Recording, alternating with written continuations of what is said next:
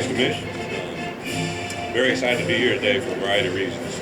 But first and foremost, it kind of comes full circle for me. To come back in here to Lucas Oil. The last time I was in this building was my last game as a head coach in this conference.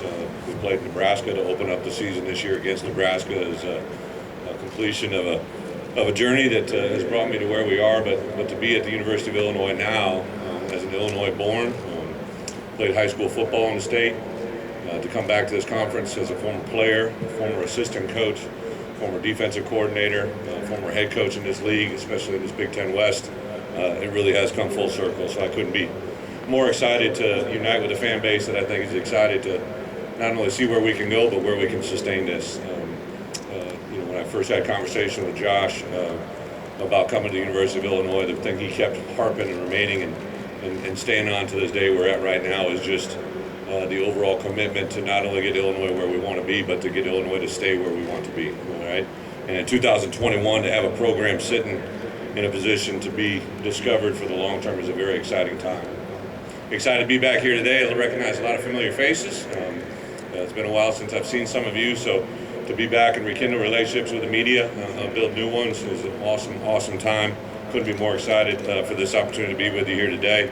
A little bit about what's been going on in Champaign. Unfortunately, we had the passing of Bobby Roundtree last week. Obviously a player that was there before I was there, but as soon as I took the job, until I received the news last week of his passing, just been overly impressed with who he is, what he represented, the lives he touched in a short amount of time. And I know that you'll be around our players later today. It was immediately well known to me how much of an impact he had on our team. Obviously when he was a player, a great player, but also during his time of recovery and the way he fought and the way he battled up until his passing last week is truly special. So we're with him and his family as they go through a very, very difficult time. The three players that I brought with me today are just a small representation of what we have in Champaign.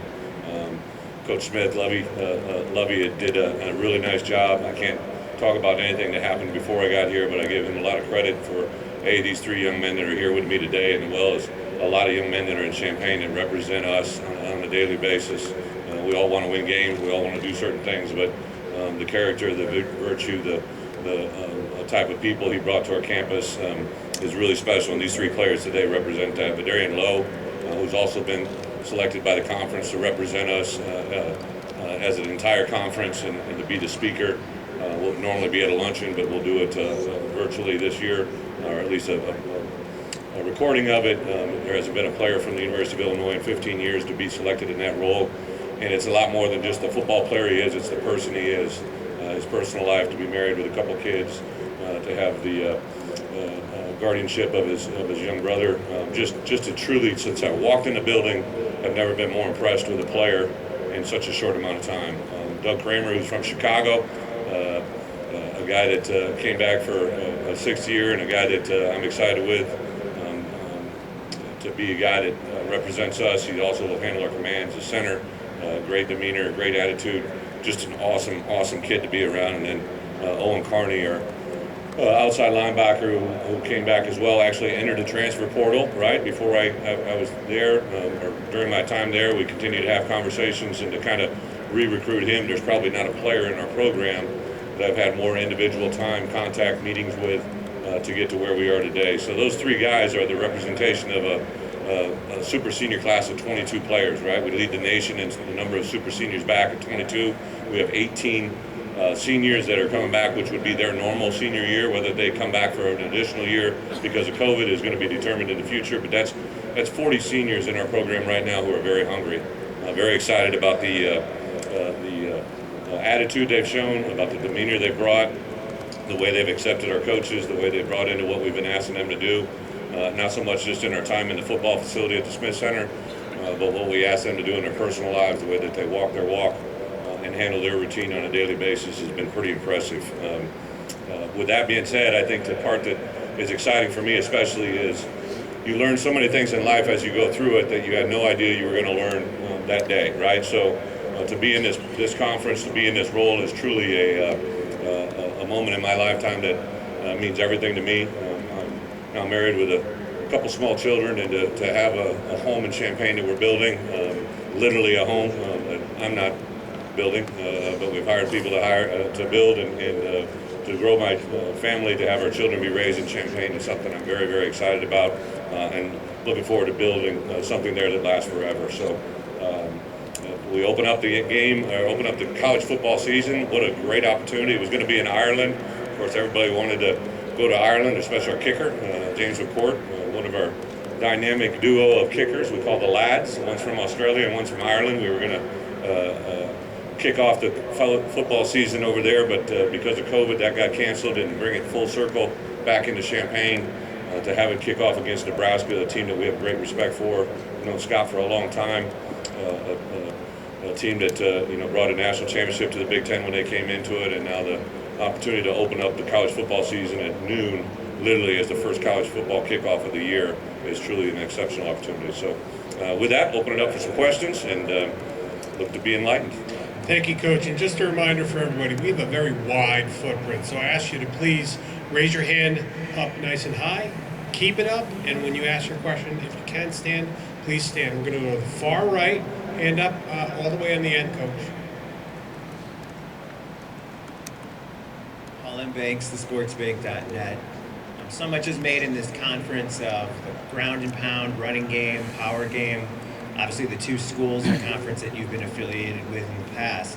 But how do you assess the offensive skill position guys, the finesse game? When you look at what Illinois has at wide receiver in TB, like where do you see kind of the strengths and weaknesses there? Absolutely. Very excited.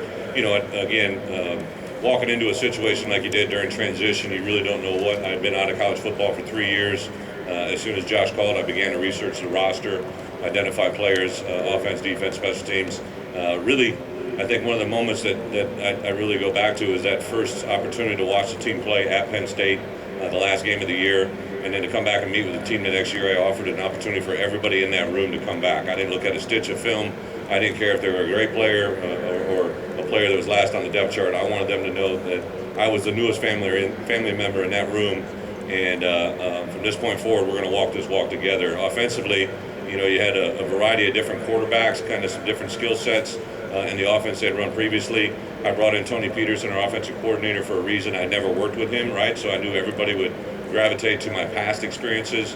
What we've really tried to concentrate on is building the Illinois offense. And since I've taken over, there's been some transition, obviously in the quarterback room with BP Brandon Peters getting the majority of the workload during the spring with Isaiah Williams. Isaiah switched to wide receiver after the conclusion of spring ball. It's been a great asset for us. Not only is he a good football player, I think he's an exceptional person, great leadership qualities.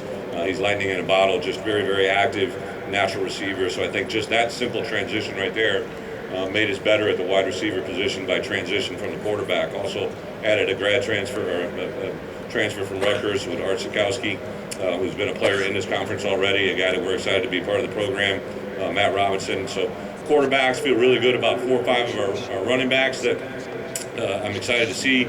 We have 15 practices with them in the spring, but this type of offense that we're running and the variety that we can bring, I think they'll fit into that well. I have a couple tight ends that I feel are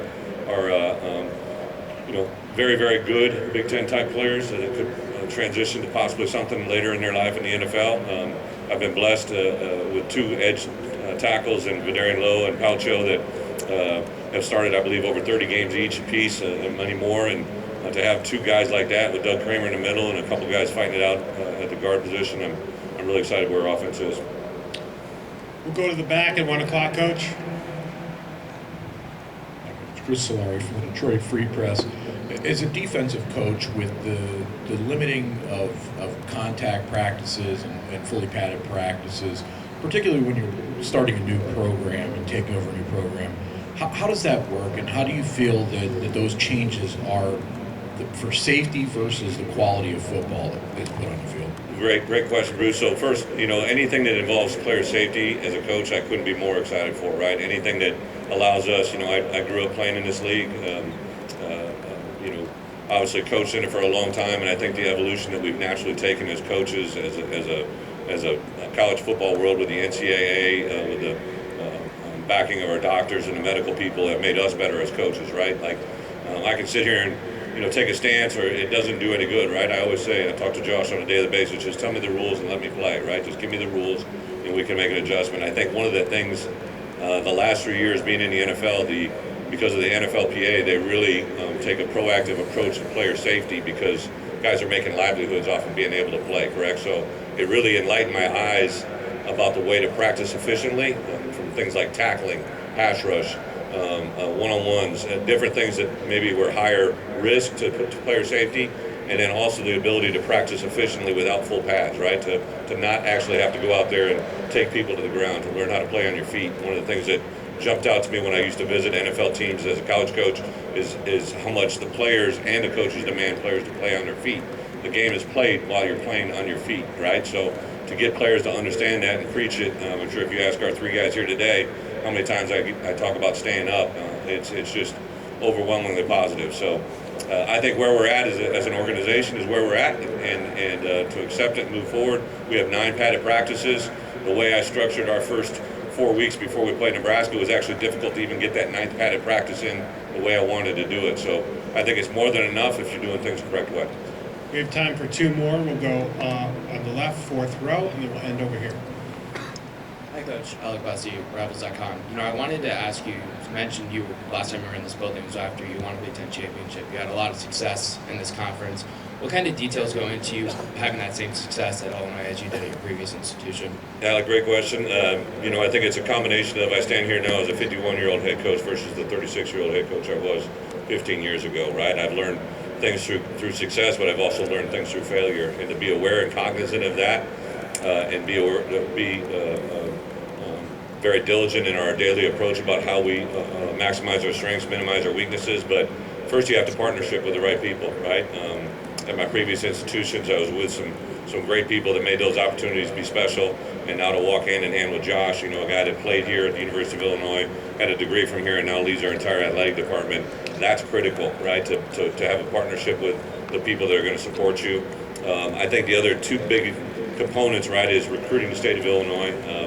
Recruiting, anytime I've seen a great organization, right, both in football and in life, right, or in marriages, or in business platforms, you have to represent and understand the environment you're in, right? And for us to be successful at Illinois, we need to be supported by the people that make Illinois possible. So fans, alumni, donors, administration, General University, all those things are very, very important to make Illinois be great for a long time.